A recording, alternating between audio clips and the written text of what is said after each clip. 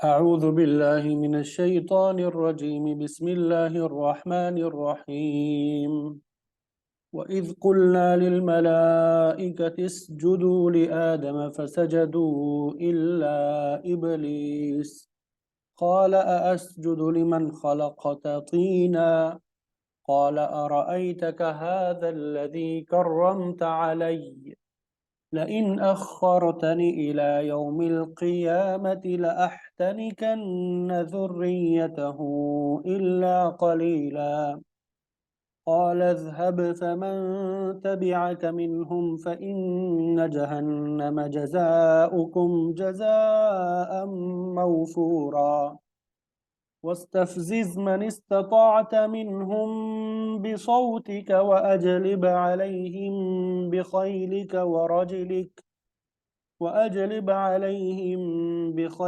ورجلك وشاركهم في الأموال والأولاد وعدهم وما يعدهم الشيطان إلا غرورا إن عبادي ليس لك عليهم سلطان وكفى بربك وكيلا صدق الله العظيم۔ الحمدللہ ابھی آپ کے سامنے سورہ بنی اسرائیل آیت نمبر 61 سے لے کے آیت نمبر 65 تک تلاوت کی سعادت حاصل ہوئی۔ پہلے ان آیات کا ترجمہ آپ کے سامنے ذکر کریں گے اور پھر کل جو 2 آیات تفسیر سے رہ گئی تھی پہلے ان کی تفسیر بیان کریں گے اور پھر ان آیات کی تفسیر بیان کریں گے۔ وَإِذْ قُلْنَا، اور جب ہم نے کہا للملائکۃ فرشتوں سے اسجدو سجدہ کرو لآدم آدم علیہ السلام کو، فسجدو تو ان سب نے سجدہ کیا، انہوں نے سجدہ کیا الا مگر ابلیس کے، یعنی اس وقت کو یاد کریں جب ہم نے فرشتوں سے کہا کہ آدم کو سجدہ کرو تو ابلیس کے علاوہ سب نے سجدہ کیا۔ قال، اس نے کہا، ابلیس نے کہا، اسجد، کیا میں سجدہ کروں، لمن، اسے جو خلقتا، تو نے پیدا کیا، طینا، مٹی سے۔ شیطان کہنے لگا، ابلیس کہنے لگا کیا میں اسے سجدہ کروں جسے تو نے مٹی سے پیدا کیا ہے۔ قال، اس نے کہا، ارائیتک، اس کا لفظی ترجمہ تو یہ ہوتا ہے کہ کیا تو نے دیکھا ہے اپنے آپ کو، لیکن اس کا ترجمہ کرتے ہیں یہ تو بتا، اس بات کی خبر تو دے، ھذا، یہ ہے، الذی، وہ جسے کرمت، تو نے معزز کیا ہے، علیہ، مجھ پر۔ وہ کہنے لگا کہ بھلا دیکھ تو صحیح، یہ ہے وہ شخص جسے تو نے مجھ پہ معزز کر دیا۔ لئن، البتہ اگر، اخرتنی، تو مجھے مہلت دے دے، الی یوم القیامت، قیامت کے دن تک، لأحتنکن، البتہ ضرور لگام دے دوں گا میں، ذریتہ، اس کی اولاد کو، الا قلیلا، مگر تھوڑے سے۔ اگر تو مجھے قیامت کے دن تک مہلت دے دے تو میں اس کی اولاد کو سوائے تھوڑے سے افراد کے لگام ڈال دوں گا۔ قال، اس نے کہا، اذهب، جا تو، فمن تبعک، پس جو شخص، تبعک، تیری پیروی کرے گا، منہم، ان میں سے، فإن جہنم، پس بے شک جہنم، جزاؤکم، تمہاری سزا ہے، جزاء موفورا، پوری پوری سزا۔ واستفزز، اور ہلا لے، واستفزز، اور ہلا لے تو، من استطاعت، جو کوئی تو کر سکتا ہے، جس چیز کی تو استطاعت رکھتا ہے، منہم، ان میں سے، بصوتی کا، اپنی آواز سے، یعنی تو ان میں سے جسے اپنی آواز سے ہلا سکتا ہو، ہلا لے۔ وَأَجْلِمْ، اور چڑھا کر لے آ تو، علیہم، ان پر، بخیلک، اپنے سوار، ورجلک، اور اپنے پیادے، پیدل چلنے والے، وشارکہم، اور شریک کر لے انہیں، فی الاموال، مالوں میں، والاولاد، اور اولاد میں، وعدہم، اور وعدہ کر لے ان سے، وما یعدہم الشیطان، اور نہیں وعدہ کرتا ان سے الشیطان و شیطان الا غرورا مگر دھوکے کا۔ کیا ترجمہ ہوا کہ تو ان میں سے جسے اپنی آواز سے ہلا سکتا ہو ہلا لے، اور ان پر اپنے سوار اور پیادے چڑھا کر لیا، اور انہیں مال اور اولاد میں شریک کر لی، اور ان کے ساتھ وعدہ کر لی، اور شیطان تو دھوکے ہی کا وعدہ کرتا ہے۔ ان عبادی، بے شک میرے بندے، لیس لکا، نہیں ہے تیرا، علیہم ان پر سلطان کچھ زور، وکفا اور کافی ہے، بے ربکا تیرا رب، وکیلا کارساز، بے شک جو میرے بندے ہیں ان پر تیرا کچھ زور نہیں چلے گا، اور آپ کا رب جو ہے وہ کارساز ہونے کے لیے کافی ہے۔ آپ کا رب کارساز ہونے کے لیے کیا ہے؟ کافی ہے۔ بات سمجھ آ گئی؟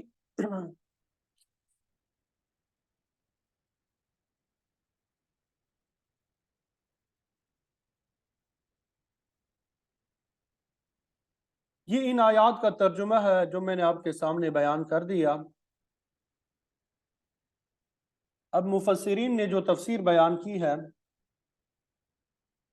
وہ آپ کے سامنے ذکر کریں گے۔ آیت نمبر 60 اور آیت نمبر 59، ان دو آیات کی تفسیر جو ہے وہ رہ گئی تھی، بیان نہیں ہوئی تھی۔ سب سے پہلے وہ آپ کے سامنے بیان کریں گے، اور پھر آج جو آیات تلاوت کی جن کا ترجمہ بھی آپ کے سامنے بیان کر دیا، پھر وہ ذکر کریں گے۔ ٹھیک ہے؟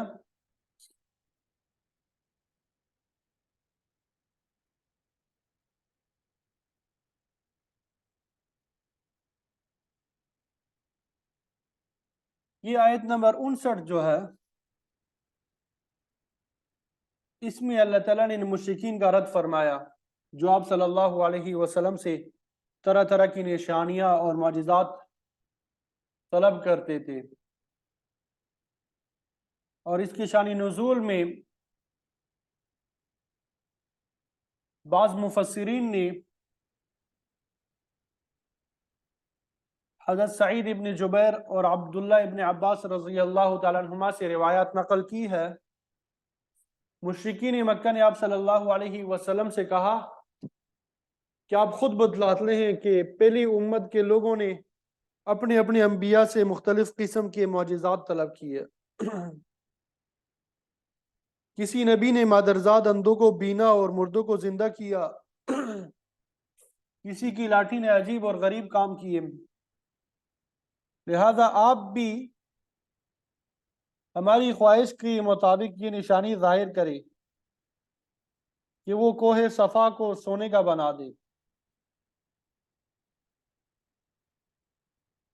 مکے کی سرزمین خشک پہاڑیوں پہ مشتمل ہے، ان پہاڑوں کو ہٹا کر اس زمین میں چشمے اور نہریں جو ہے جاری کر دے تاکہ ہم کھیتی باڑی کر سکیں۔ اگر آپ ہماری یہ فرمائش پوری کر دیں تو ہم ایمان لے آئیں گے۔ اس کے علاوہ بعض دیگر نشانیوں کا ذکر بھی آگے اسی صورت میں آ رہا ہے۔ تو بہرحال ان لوگوں نے ایمان لانے کے لیے یہ پیشگی شرط عائد کر دی۔ چنانچہ اللہ تعالیٰ کی طرف سے آپ پر وحی نازل ہوئی، اور اللہ تعالیٰ نے فرمایا کہ اے پیغمبر، میں اس بات پہ قادر ہوں کہ ان کی مطلوبہ نشانیاں ظاہر کر دوں، لیکن آپ ان پہ واضح کر دے کہ یہ نشانیاں پا کر بھی اگر یہ لوگ ایمان نہ لائے تو پھر ان کو بھی اسی طرح ہلاک کر دیا جائے گا جس طرح پہلی قوموں کو ہلاک کیا گیا۔ دوسری بات یہ ہے کہ نشانیاں ظاہر کرنے کی بجائے میں ان کو مہلت دیتا ہوں اور ان کے لیے توبہ کا دروازہ کھلا رکھتا ہوں تاکہ یہ ایمان لا سکے۔ اس پر آپ صلی اللہ علیہ وسلم نے اللہ تعالیٰ کی بارگاہ میں عرض کیا کہ مولا کریم، نشانیاں ظاہر کرنے کے بعد ان کو ہلاک کرنے کی بجائے ان کے لیے توبہ کا دروازہ کھلا رکھ، شاید ہی ایمان لے آئیں۔ تو یہاں پہ اللہ تعالیٰ نے اسی بات کو بیان فرمایا، وَمَا مَنَعَنَا أَن نُرْسِلَ بِالْآيَاتِ إِلَّا أَن كَذَّبَ بِهَا الْأَوَّلُونَ، اور نہیں روکا ہمیں نشانیاں یا معجزات ظاہر کرنے سے مگر اس بات سے کہ ایسی ہی نشانیوں کو پہلے لوگوں نے بھی جھٹلایا۔ اگر نشانیاں پانے کے باوجود ان لوگوں نے بھی تسلیم نہ کیا تو پھر انہیں بھی ہم ہلاک کیے بغیر نہیں چھوڑیں گے۔ سابقہ انبیاء کے معجزات سے مراد حضرت موسیٰ علیہ السلام کی عصا اور ید بیضاء وغیرہ کے معجزات ہے، جنہیں دیکھ کے فرعونی جو ہے ایمان نہ لائے اور پانی میں غرق کر دیے گئے۔ اسی طرح عیسیٰ علیہ السلام کے مردوں کو زندہ کرنے، کوڑیوں کو ٹھیک کرنے اور مادرزاد اندھوں کی بینا کرنے کے معجزات دیکھ کے بھی لوگ ایمان نہ لائے اور طرح طرح کے عذاب میں مبتلا ہوئے۔ آگے خاص طور پہ صالح علیہ السلام کی اونٹنی کا ذکر آ رہا ہے کہ انہوں نے یہ معجزہ خود طلب کیا مگر اللہ کی اس نشانی کو خود ہی قتل کر دیا، جس کی وجہ سے سخت عذاب میں مبتلا ہوئے۔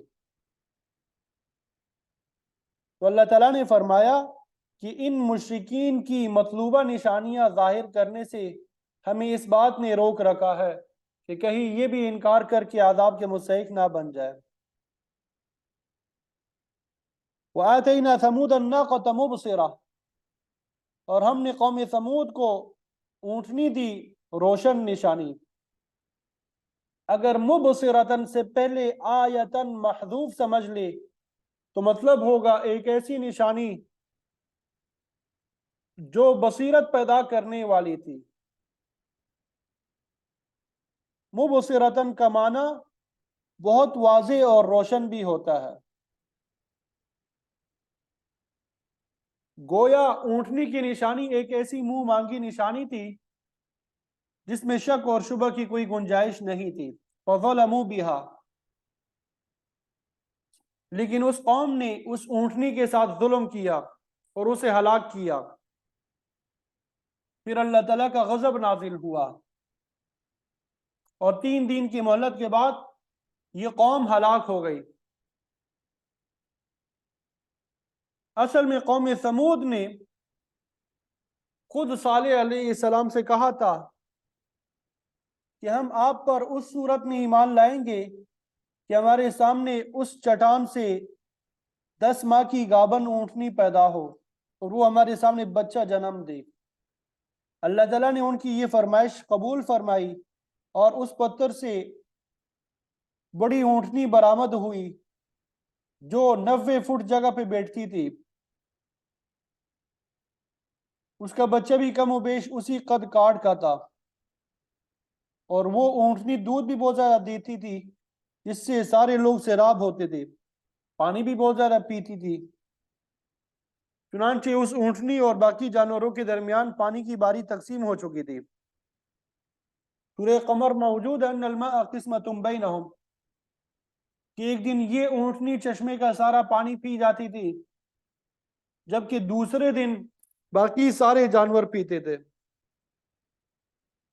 تو معجزانہ طور پہ پیدا ہونے والی اس اونٹنی کے بارے میں اللہ تعالیٰ نے حکم دیا وَلَا تَمَسُّوهَا بِسُوءٍ فَيَأْخُذَكُمْ عَذَابٌ قَرِيبٌ، کہ اس اونٹنی کو برائی کے ساتھ ہاتھ مت لگانا ورنہ عذاب کے مستحق بن جاؤ گے۔ لیکن ان بدبختوں نے اللہ تعالیٰ کی اس وعید کی پرواہ نہ کی۔ وَكَانَ فِي الْمَدِينَةِ 9 رَهْطٍ يُفْسِدُونَ فِي الْأَرْضِ، کہ شہر میں 9 غنڈے آدمی تھے جنہوں نے فساد مچا رکھا تھا۔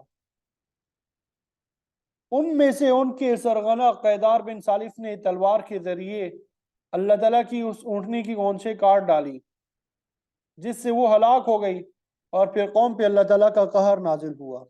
تو بہرحال اللہ تعالیٰ نے فرمایا کہ ہم نے قوم ثمود کو ایک واضح نشانی اونٹنی کی شکل میں دی مگر انہوں نے اس کے ساتھ بھی ظلم کیا۔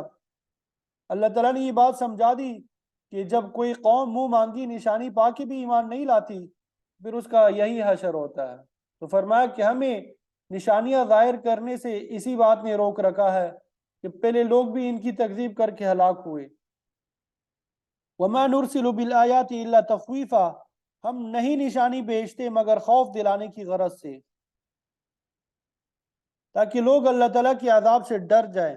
حقیقت یہ ہے کہ نشانیاں طلب کرنا صرف نہ ماننے کا بہانہ ہوتا ہے، ورنہ سچے لوگ بغیر نشانی دیکھے ہی ایمان لے آتے ہیں۔ آپ صلی اللہ علیہ وسلم نے بعض دیگر مواقع پہ بھی لوگوں کی تخویف کی ہے۔ مثلا چاند اور سورج گرہن کے بارے میں فرمایا، ان الشمس والقمر آیتان من آیات اللہ لا ينخسفان لموت احد ولا لحیاته فاذا رأيتم ذلك فادعوا الله وكبروا وصلوا وتصدقوا۔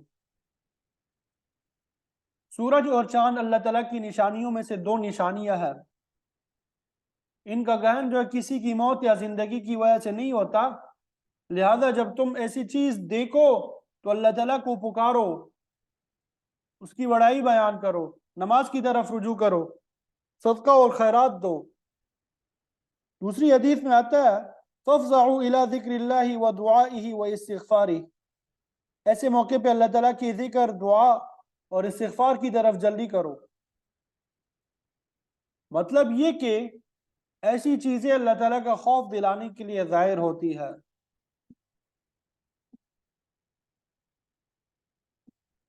جب سورج اور چاند جیسی بڑی بڑی چیزیں بھی گنا سکتی ہے، انسان تو ایک حقیر سی چیز ہے، اس کی حیثیت ہی کیا ہے؟ تو ہر وقت اللہ تعالیٰ سے ڈرتے رہنا چاہیے کہ کہیں اس کی گرفت میں نہ آ جائے۔ افسوس کا مقام ہے کہ جدید دنیا کے لوگ اللہ تعالیٰ سے ڈرنے کی بجائے ایسے مواقع میں سورج یا چاند کی فوٹو تصویریں وغیرہ بنانا شروع کر دیتے ہیں، جو کہ اللہ تعالیٰ سے بے خوفی کی علامت اور اس کے غضب کو دعوت دینے والی بات ہے۔ وَإِذْ قُلْنَا لَكَ إِنَّ رَبَّكَ أَحَاطَ بِالنَّاسِ، اور جب کہ ہم نے کہہ دیا کہ بے شک آپ کے پروردگار نے لوگوں کا احاطہ کر رکھا ہے، یعنی وہ سب کی حالات سے پوری طرح باخبر ہے، جس طرح چاہے ان کے ساتھ سلوک کرنے پہ قادر ہے۔ آپ گھبرائیں نہیں، اللہ تعالیٰ ان مکذبین کو سزا دیے بغیر چھوڑے گا نہیں۔ سورت کے بالکل آغاز میں معراج کا بیان ہوا تھا، اب اس آیت میں اسی واقعے کو مختلف انداز سے پیش کیا ہے۔ وَمَا جَعَلْنَا الرُّؤْيَا الَّتِي أَرَيْنَاكَ إِلَّا فِتْنَةً لِلنَّاسِ،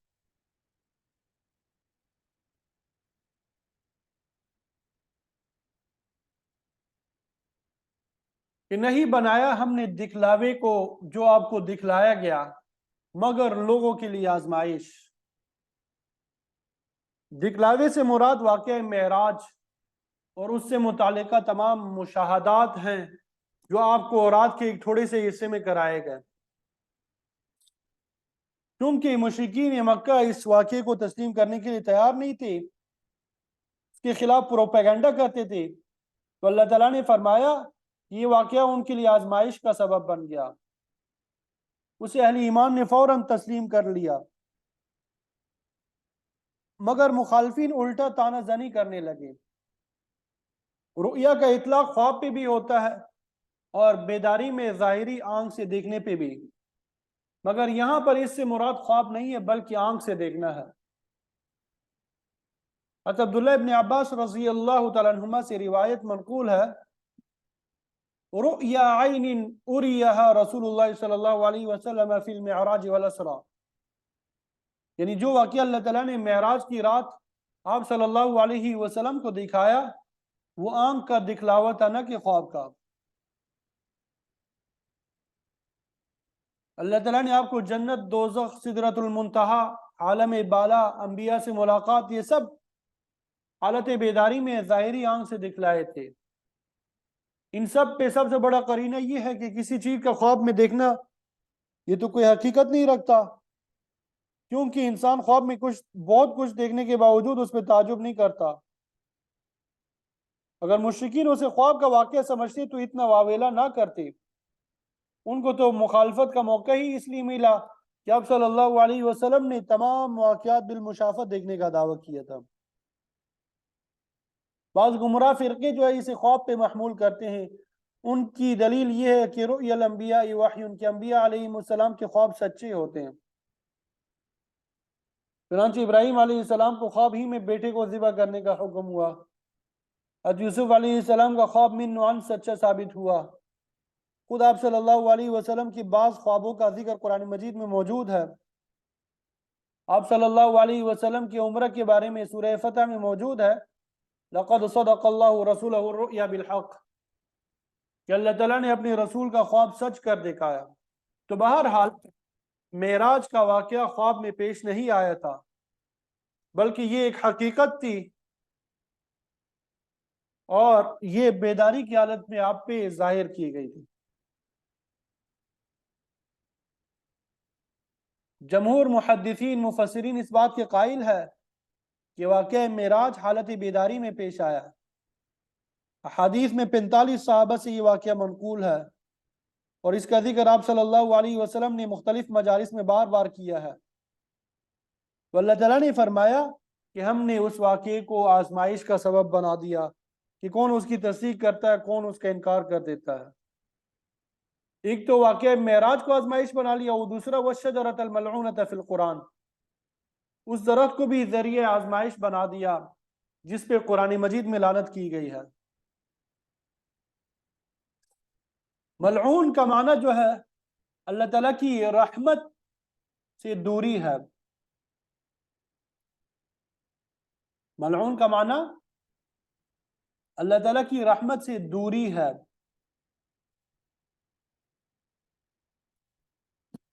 اور اس سے مراد توہر کا درخت ہے، جس کے بارے میں فرمایا لَآكِلُونَ مِن شَجَرٍ مِّن زَقُّومٍ، جھٹلانے والے گمراہ لوگوں کو کھانے کے لیے توہر جو ہے وہ دیا جائے گا،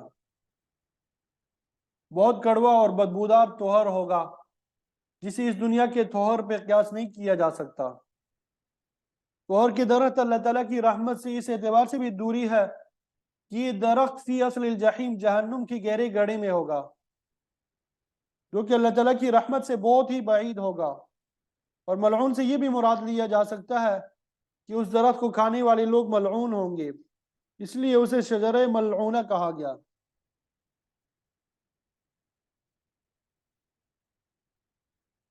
ابو جہل اور اس کی پارٹی نے یہ اعتراض کیا تھا کہ مسلمان کہتے ہیں کہ جہنم میں آگ کا گڑھا ہوگا، اس کے ساتھ وہاں پہ درخت کی موجودگی کو بھی مانتے ہیں، بھلا یہ آگ اور درخت اکٹھے کیسے ہو سکتے ہیں؟ اور پھر کہتے ہیں کہ ہم تو زقوم، کھجور اور مکھن کے مرکب کو کہتے ہیں، چنانچہ وہ دونوں چیزیں منگواتے اور کھجورے اور مکھن ملا کے کھاتے اور کہتے ہیں ہم زقوم کھا رہے ہیں۔ اس طرح وہ مذاق کرتے تھے۔ تو جہاں تک آگ کے اندر درخت کی موجودگی کا تعلق ہے تو یہ اللہ تعالیٰ کی قدرت کاملہ سے ہے، وہ جو چاہے کرے، اسے کون کسی کام سے روک سکتا ہے۔ تاہم اس قسم کی بعض مثالیں دنیا میں موجود ہیں۔ مثلا مفسرین فرماتے ہیں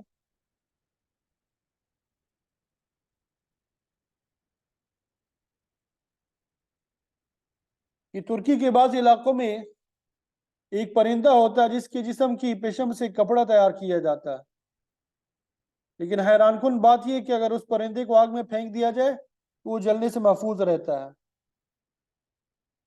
اور یہ آگ میں اسی طرح خوش ہوتا ہے جس طرح مچھلی پانی میں ہوتی ہے۔ یہ شترمرغ کو آپ نے دیکھا ہوگا کہ یہ جانور جو ہے جلتا ہوا کوئلہ بلکہ لوہے کا سرخ گرم گولا یا سلاخ جو ہے وہ بھی نگل جاتا ہے، اس پہ کوئی منفی اثر نہیں ہوتا۔ تو اسی طرح جہنم کی آگ میں درخت کا ہونا یہ بعید از قیاس نہیں ہے۔ جو لوگ اللہ تعالیٰ کی وحدانیت پہ یقین رکھتے ہیں وہ اللہ تعالیٰ کی قدرت کے سامنے سر تسلیم خم کرتے ہیں، جبکہ اس کی وحدانیت کے منکر ہمیشہ شک میں پڑے رہتے ہیں، اللہ کی قدرت کو عقل کی کسوٹی پہ پرکھتے ہیں۔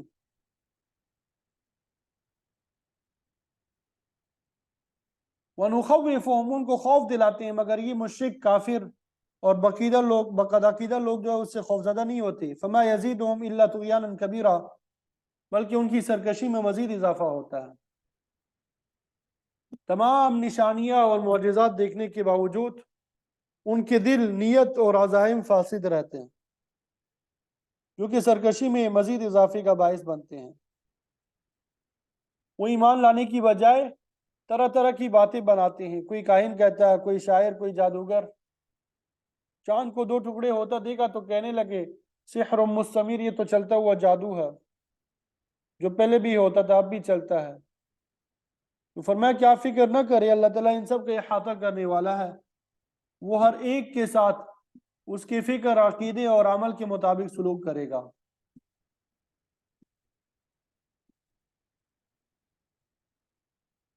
پھر آگے جو آج ہم نے آیات تلاوت کی ہے، اس میں یہ بتایا گیا کہ گمراہ لوگوں کی گمراہی کی دو بڑی وجوہات ہیں۔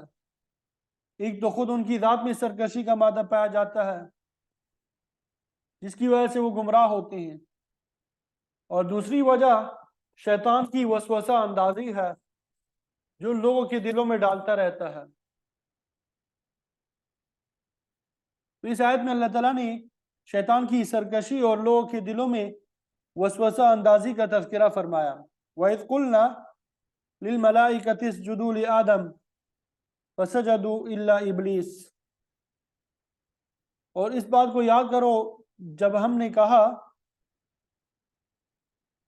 فرشتوں کو حکم دیا کہ وہ آدم علیہ السلام کے لیے سجدہ کرے، تو سب نے سجدہ کیا سوائے ابلیس کے۔ اس نے نہ صرف اللہ تعالیٰ کی حکم عدولی کی بلکہ اتراتے ہوئے بولا قَالَ أَسْجُدُ لِمَنْ خَلَقْتَ طِينًا، کیا میں ایسی چیز کے لیے سجدہ کروں جسے تو نے مٹی سے پیدا کیا۔ دوسری جگہ موجود ہے کہ اللہ تعالیٰ نے فرمایا اس نے اللہ تعالیٰ سے کہا کہ تو نے مجھے آگ سے پیدا کیا اور آدم کو مٹی سے، تو بھلا میں اعلیٰ ہو کے ادنا کے سامنے کیسے سجدہ کر سکتا ہوں۔ اور پھر مزید حقارت سے کہا قَالَ أَرَأَيْتَكَ هَذَا الَّذِي كَرَّمْتَ عَلَيْهِ، بھلا بتائیں تو صحیح، دیکھیں تو صحیح کہ یہ شخص ہے جسے تو نے مجھ پہ فضیلت دی ہے۔ أَرَأَيْتَكَ مِقاف تاکید کے لیے ہے، مطلب یہ ہوتا اخبرنی، مجھے بتائیں، خبردار کرے۔ تو شیطان نے نہایت ڈھٹائی اس کے ساتھ یہ بات کی، اور پھر اس نے چیلنج کر دیا لَإِنْ أَخَّرْتَنِي إِلَىٰ يَوْمِ الْقِيَامَةِ، اے اللہ اگر تو مجھے قیامت کے دن تک مہلت دے دے، لَأَحْتَنِكَنَّ ذُرِّيَّتَهُ إِلَّا قَلِيلًا، تو میں آدم علیہ السلام کی اولاد کو پوری طرح قابو میں کر لوں گا مگر بہت توڑے۔ احتناق کا معنی استحصال بھی ہوتا ہے، مطلب ہے کہ اولاد آدم کی جڑ بنیاد اکھاڑ دوں گا۔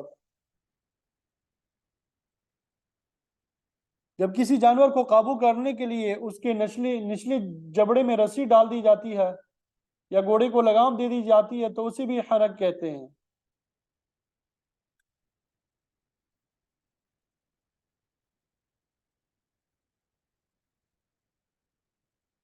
سورہ اعراف میں شیطان کا یہ بیان اس طرح منقول ہے قَالَ فَبِمَا أَغْوَيْتَنِي لَأَقْعُدَنَّ لَهُمْ صِرَاطَكَ الْمُسْتَقِيمَ، اے مولا کریم چونکہ تو نے مجھے گمراہ ٹھہرا ہی دیا ہے تو اب میں اولاد آدم کے راستے میں بیٹھوں گا، انہیں صراط مستقیم اختیار نہیں کرنے دوں گا۔ قَالَ اذْهَبْ، اللہ تعالیٰ نے فرمایا اچھا جاؤ، فَمَن تَبِعَكَ مِنْهُمْ، اور اولاد آدم میں سے جو کوئی تیری پیروی کرے گا، فَإِنَّ جَهَنَّمَ جَزَاؤُكُمْ جَزَاءً مَوْفُورًا، تو جہنم تمہارا بدلہ ہوگا جو کہ پورا بدلہ ہوگا،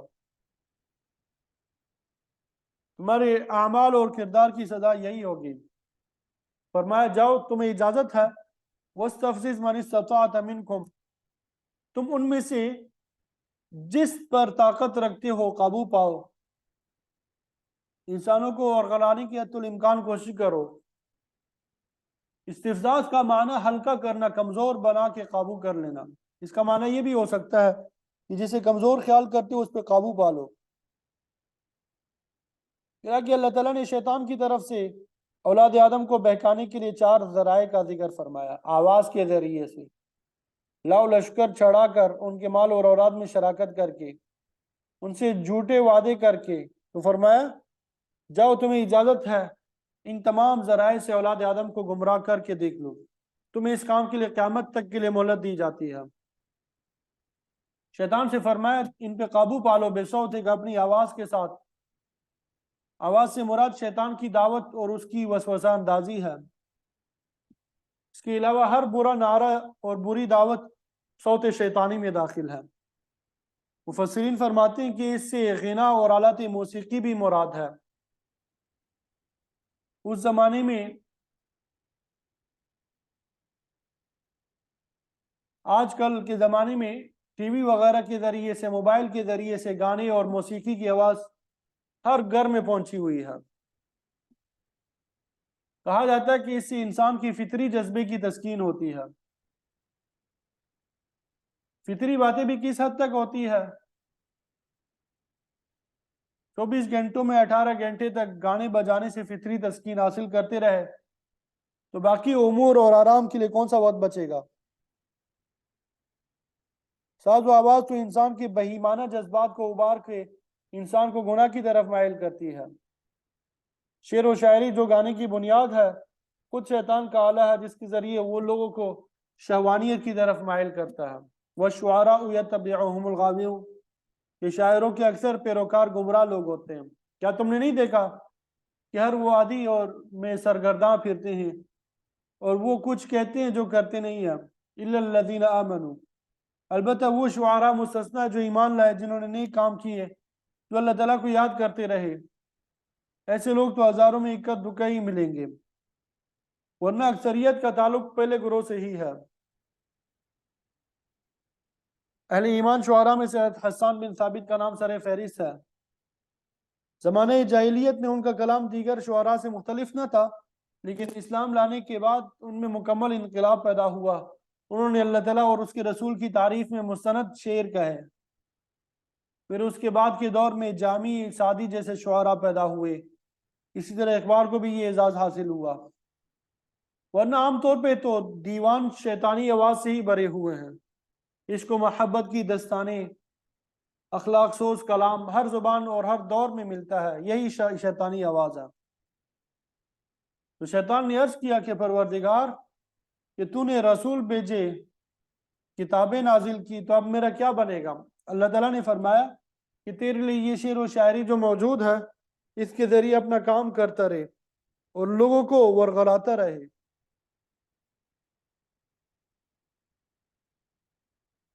اللہ تعالیٰ نے فرمایا کہ تم اپنی آواز کا جادو جگا کر لوگوں کو گمراہ کرو۔ وَأَجْلِبْ عَلَيْهِمْ بِخَيْلِكَ وَرَجِلِكَ، اور سوار اور پیادے بھی ان پہ کھینچ کے لا سکتے ہو، لے آؤ، کہ اولاد آدم کو گمراہ کر کے صراط مستقیم سے ہٹا سکو۔ تو جب دو قبیلوں یا دو جماعتوں کے درمیان جنگ ہوتی ہے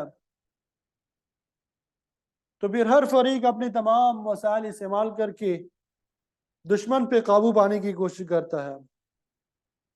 وہ اپنے گھڑ سوار بھی لے آتا ہے، پیدل فوج کو بھی مارچ کا حکم دیتا ہے، اور آج کل کے زمانے میں ہوائی جہاز، توپ خانے، بختربند گاڑیاں، ٹینک، یہ سبھی کچھ میدان جنگ میں جھونک دیے جاتے ہیں۔ تو اللہ تعالیٰ نے شیطان کو بھی کہا تم انسانوں کے خلاف جنگ میں پورے وسائل استعمال کر کے دیکھ لو، اپنی تمام فوجوں کو ان پہ چڑھا لاؤ اور پھر دیکھو کہ کون تمہارے پندے میں پھنستا ہے۔ اللہ تعالیٰ نے شیطان سے فرمایا کہ اولاد آدم کو ورغرانے کے لیے تیرے پاس ایک حربہ یہ بھی ہے، وَشَارِكُمْ فِي الْأَوْلَادِ فِي الْأَمْوَالِ وَالْأَوْلَادِ، کہ ان کے مالوں میں شراکت اختیار کرو۔ اس کا مطلب یہ کہ مال حرام راستے سے حاصل کیا جائے، حرام اور مکروہ راستے میں خرچ کیا جائے، اسراف اور تبذیر سے کام لیا جائے، رسم و رواج میں خرچ کیا جائے، ناجائز کاموں میں خرچ کرے۔ شیطان کو یہ شریک کرنے کے مترادف ہے۔ جو مال رشوت، سمگلنگ، خیانت، ڈاکہ زنی اور حق تلفی کے ذریعے سے حاصل کیا جائے، اس میں بھی شیطان کی شراکت ہوتی ہے، کیونکہ وہی ایسے کاموں کی ترغیب دیتا ہے، ناجائز کاموں کو مزین کر کے پیش کرتا ہے۔ اللہ تعالیٰ کے نبیوں نے تو یوں کہا ہے بقیت اللہ خیر لکم ان کنتم مؤمنین، کہ تمام حقوق ادا کرنے کے بعد جو مال بچا رہے تمہارے لیے وہی بہتر ہے اگر تم سچے مومن ہو۔ اللہ تعالیٰ نے فرمایا لا تأکلوا اموالکم بینکم بالباطل، کہ ایک دوسرے کا مال ناجائز طریقے سے مت کھاؤ۔ غرض ہے کہ اللہ تعالیٰ نے کسب اور خرچ دونوں جگہ پہ پابندی لگا دی ہے۔ جو شخص اس پابندی کی پاسداری نہیں کرتا اس کے مال میں شیطان حصے دار ہوتا ہے، اسی لیے اللہ تعالیٰ نے فرمایا کہ جاؤ مال کے ذریعے بھی اولاد آدم کے ساتھ شریک ہو جاؤ، والاولاد، اور اولاد میں بھی انسانوں کے ساتھ شراکت کر کے انہیں بہکانے کی کوشش کرو۔ شیطان کی اولاد میں شراکت یہ ہے کہ وہ وسوسہ اندازی کر کے انسان کو حرام راستے سے اولاد پیدا کرنے کی ترغیب دیتا ہے۔ ظاہر ہے کہ زنا کے نتیجے میں پیدا ہونے والی اولاد میں شیطان کی شراکت ہوگی۔ اگر اولاد صحیح اور نسل بھی ہو تو ان کے مشرکانہ نام رکھ کے شیطان کی حوصلہ افزائی کی جاتی ہے۔ اسی طرح بیٹے یا بیٹی کی پیدائش پہ غیر اللہ کی نظر اور نیاز دے کے شیطان کو اپنے ساتھ شریک کیا جاتا ہے۔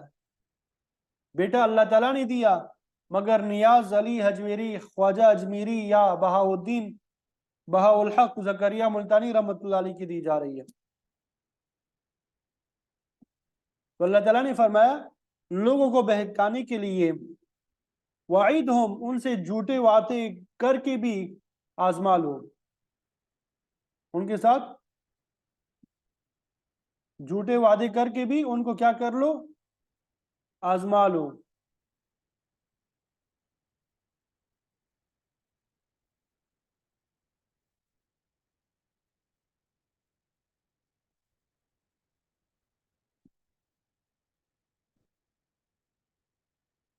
شیطان بری چیزوں کے بارے میں ایسا فلسفہ گڑھتا ہے، انہیں ایسا مزین کر کے دکھاتا ہے کہ لوگ اس کی باتوں میں آ جاتے ہیں۔ کہتا ہے کہ ترقی اسی بات میں ہے کہ عورتیں بے پردہ ہو جائے، غیر مردوں کے ساتھ سر عام خلط ملط ہو۔ عزت اسی میں ہے کہ شادی بیاہ کے رسوم میں دل کھول کے اسراف کیا جائے۔ تقرب الہی اور محبت رسول کا ذریعہ بدعت ہی رہ گئی ہے۔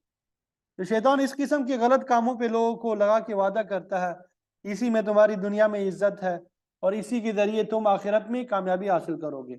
وَمَا يَعِدُهُمُ الشَّيْطَانُ إِلَّا غُرُورًا، اور نہیں وعدہ دیتا انہیں شیطان مگر دھوکے کا۔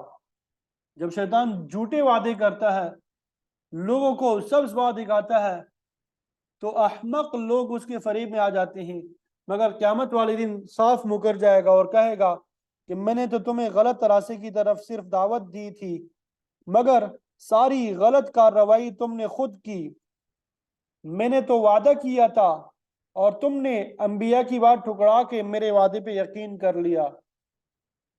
اب خود اپنے آپ کو ملامت کرو، میں تم سے بری و ذمہ ہوں۔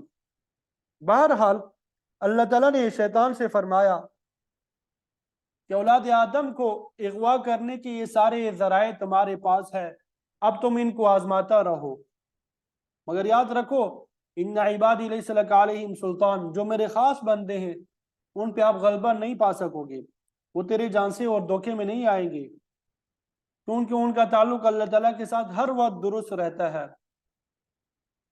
وہ اپنی ایمان اور استقامت کی فکر کرتے رہیں گے، شیطان ان پہ غلبہ حاصل نہیں کر سکے گا، کیونکہ ایمان، ذکر الہی، عبادت، نیکی اور اطاعت ایسی چیزیں ہیں جو شیطانی اثرات سے محفوظ رکھتی ہے۔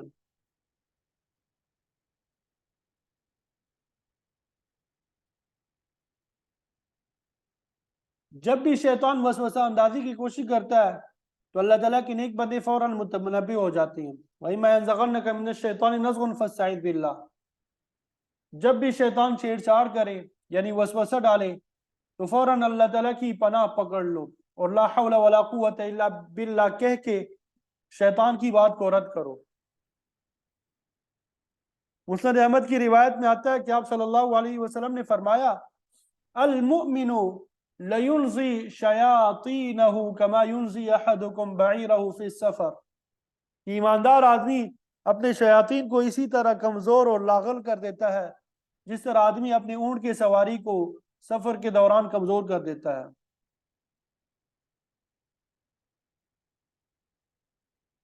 باہر اللہ تعالیٰ نے فرمایا کہ تو اپنے تمام حربے استعمال کر لے، لیکن میرے جو مومن بندے ہیں ان پہ تو غلبہ حاصل نہیں کر سکے گا۔